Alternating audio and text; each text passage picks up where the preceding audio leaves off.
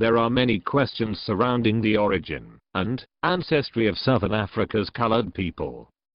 First, it is important to note that South Africa and Namibia aren't the only countries where a colored community exists.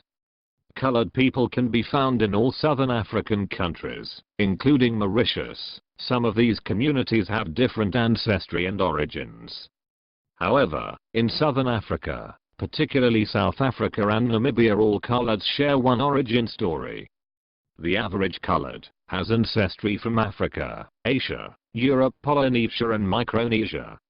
Hence, they are usually seen as being the most mixed population on the planet, yet their maternal line overwhelmingly comes from Khoi women, and to a lesser extent Asian women.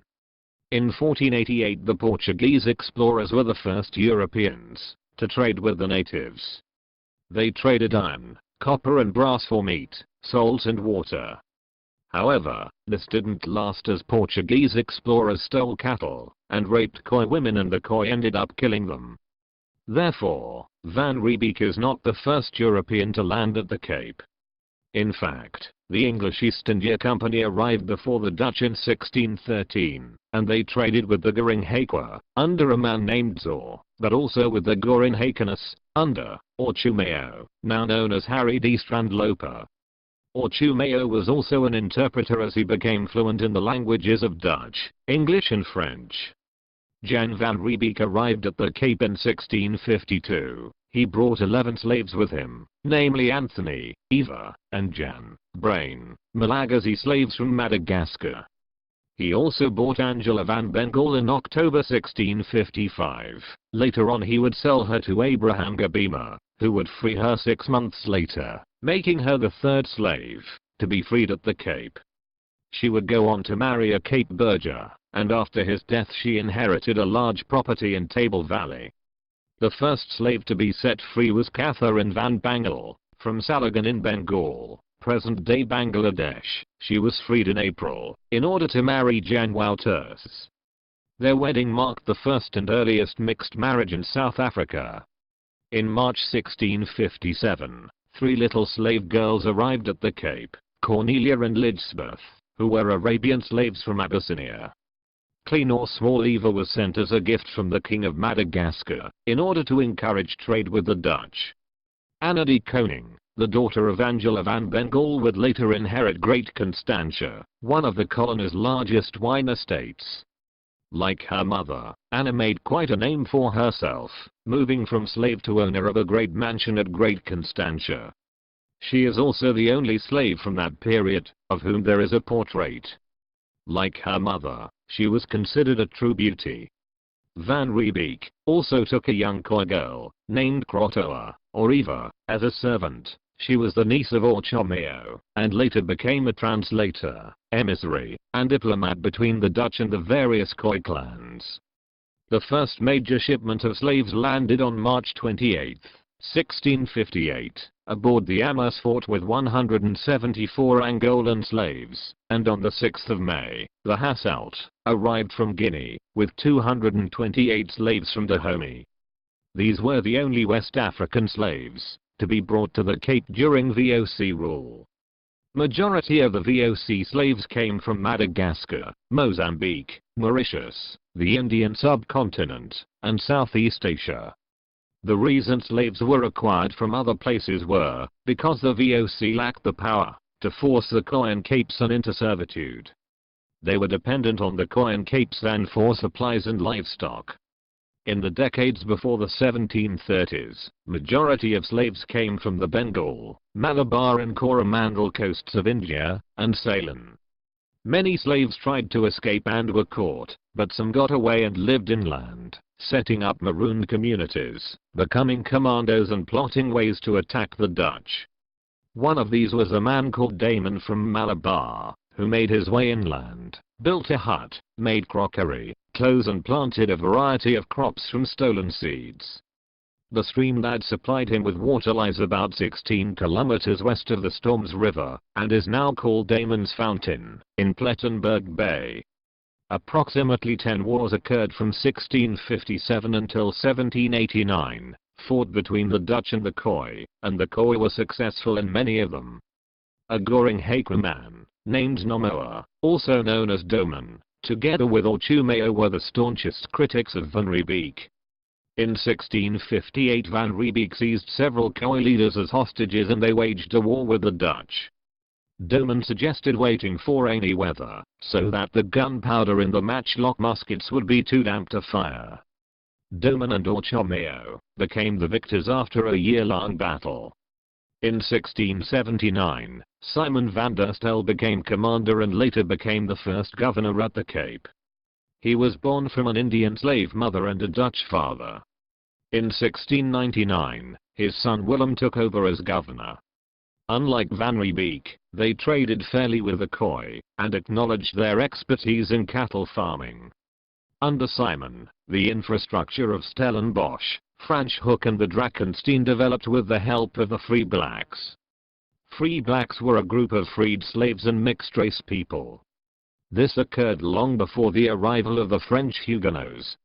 These Free Blacks helped to establish these areas as craftsmen, artisans, farmers, and drivers of commerce. Because of the inclusion of non-Europeans, many free burghers whom themselves were descendants of people of color were against the Van der Stels. One man named Adam Tars, who was a recent immigrant, was the staunchest protester of the Van der Stels and the free black community. He referred to them as the black brood among us. Many of these freed blacks became themselves slave owners. For example, Willem van die Kaap was a freed slave, who in 1724, purchased a farm, and by the time of his death in 1750 owned 4 slaves. Similarly, Willem Stolz, a slave in Stellenbosch, freed by his owner in 1724, owned 11 slaves and a sizable wine farm by the time he died. Free black farmers included Louis van Bengal, Jan, and Marquard van Salor, Manuel van Angola and his wife, Elizabeth van die Kaap.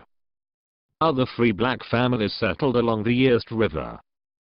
Some of the oldest and most prestigious wine farms in the district were established by free blacks.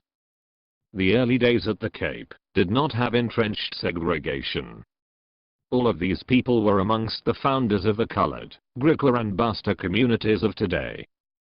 Adam Tars, Henning Hazing and Jacob van der Hayden led killing and thieving expeditions against these people of color.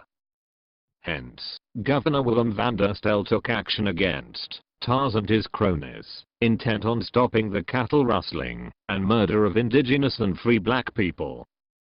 Tars accused the governor of corruption and drafted a petition against him. He managed to convince 63 of the 550 free citizens to sign the petition. The petition was rejected after 240 free burghers drafted a counter-petition in support of van der Stel, and Tars was arrested in 1706. Tars and his cronies said that the signatories could not be taken seriously as it was the word of people tainted by blackness against true Europeans, stating that the signatories were Kaffirs, mulattoes, mesticus, casticus, and all that black brood living among us who have been bred from marriages and other forms of mingling with Europeans and African Christians. To our amazement, they have so grown in power, numbers, and arrogance that they now tell us that they could and would trample us. For there is no trusting the blood of Ham. The outcome, however, was not what van der Stel and his supporters had expected. Willem was removed from the Cape and his property and livestock auctioned off. The van der Stels had some amazing skills of a scientific, architectural, horticultural and agricultural nature that laid the basis for the development of the southwestern Cape. Both Simon and Willem tried to re-engineer the Cape settlement and to analyze where the European settlers had gone wrong. On the western coast, up to the Gariep, revolution moved from the Khoi to the various Ulam groups such as the Afrikaners, who at this time were mixed race, the Busters, the Springboks and the still emergent Griquas. The Griquas were a group led by Adam Kok I, owner of the Stinkfontein farm, north of Piketberg. In the 1780s his community were pushed off their farm by the Boers, ancestors of modern Afrikaners, and they moved north to settle at Kamiesberg in Namaqualand. Other mixed-race busters moved further north, into central Namibia, becoming the ancestors of the Rehoboth busters. During this period, even the Kapezan had acquired guns, and were often better marksmen than many of their opponents. The first 2 decades of the 19th century at the Cape was a revolutionary period amongst the people of color. Great revolutionary movements and leaders arose. Amongst them were men like Khoi leaders Klaas and David Steeman, rebel leader Louis van Mauritius, Olam chief Jager Afrikaner, Griqua chiefs Cornelius Koch, Barend Barends and Andries Waterboer. Included was Griqua diplomat and lawyer, David Onnet.